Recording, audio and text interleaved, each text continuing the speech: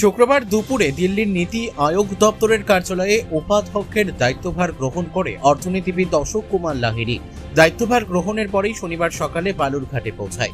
সপ্তদশ বিধানসভা নির্বাচনে বালুরঘাট আসনে বিজেপির থেকে জয়ী হয়েছিলেন।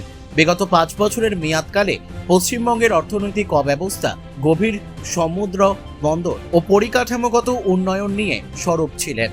চলতি বিধানসভা নির্বাচনে বিজেপির প্রার্থী তালিকায় অশোক কুমার লাহিড়ীর নাম না আসতেই শোরগোল পড়ে যায়। যদিও এপ্রিলের শেষ সপ্তাহে অশোক কুমার লাহিড়ীকে নীতি আয়োগের উপাধ্যক্ষ পদে মনোনীত করে ভারত সরকার। শুক্রবার দুপুরে নীতি আয়োগের সদর দপ্তরে নীতি আয়োগের দায়িত্বভার গ্রহণ করেন। তারপরে মাস দুয়েক বাদে বালুরঘাটে পৌঁছালেন অশোক কুমার লাহিড়ী।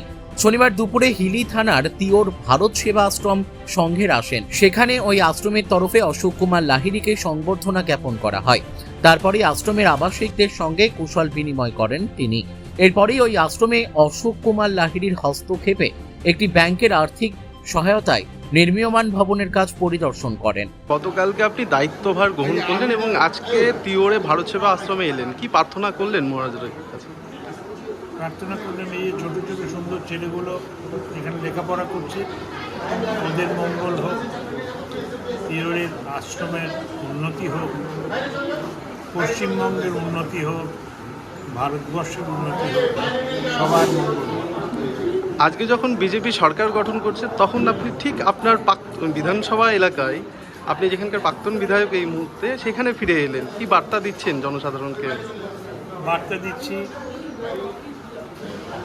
ভারতীয় জনতা পার্টি যেটা বলেছিল পরিবর্তন দরকার, সেই পরিবর্তনের আশায় পশ্চিমবঙ্গ বসে আছে।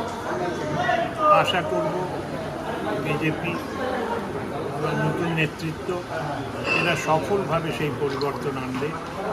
মানুষের যে এত দিনের চাহিদা, উন্নয়ন, চতুর্দিকে উন্নয়নের ঝড় বয়ে যায়, সেটা সম্ভব। আপনি দীর্ঘ সময় ধরে তাজপুর বন্দর থেকে পশ্চিমবঙ্গের অর্থনৈতিক অব্যবস্থা নিয়ে সরব ছিলেন। আজকে বিজেপি সরকার এসেছে, কি প্রত্যাশা করবে মানুষ বিজেপি সরকারের কাছে? সংকল্পপত্রে লেখা আছে যে গভীর সমুদ্র বন্দর হবে, আশা করব সেটা পূরণ হবে। অর্থনৈতিক যে সংস্কারের দাবি আপনি করছিলেন, সেইটা কতটা পূরণ হবে? হওয়া তো অনেকটাই উচিত, তবে ওই তো আলাদিনের প্রদীপের মতো তো নয় যে যে চিচিং ফাঁক বললে আর সব হয়ে গেল। সময়টা একটু লাগবে, উন্নয়ন দেখতে পাবেন।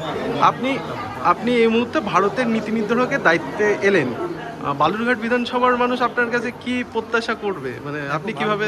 অনেক, আমি তো বালুরঘাটের পরিকল্পনা করবো না, আমি সমগ্র ভারতবর্ষের পরিকল্পনা করছি। কিন্তু যাতে ভারতবর্ষের উন্নয়ন হবে তাতে বালুরঘাটের উন্নয়ন। মানে বালুরঘাটকে তো আপনি গত 5 বছরে দিতে পারেননি, সে কথা স্বীকারও করেছেন। এবার বালুরঘাট থেকে এইটা হচ্ছে বালুরঘাটের সমস্যা জেনে আমি সারা ভারতবর্ষের সমস্যা জানতে পারি। যেমন ধরো খাড়ির সমস্যা শুধু বালুরঘাটের নয়, বহু মফস্বল শহরে, এমনকি কলকাতা শহরেও এরকম খাড়ি রয়েছে যেটা মরে গেছে, সেটা একেবারে পচা খাল তৈরি হয়ে গেছে। তো সেগুলোর উন্নয়ন করতে হবে। হিলি থেকে মান্টি সিং এর রিপোর্ট, কুলিক নিউজ।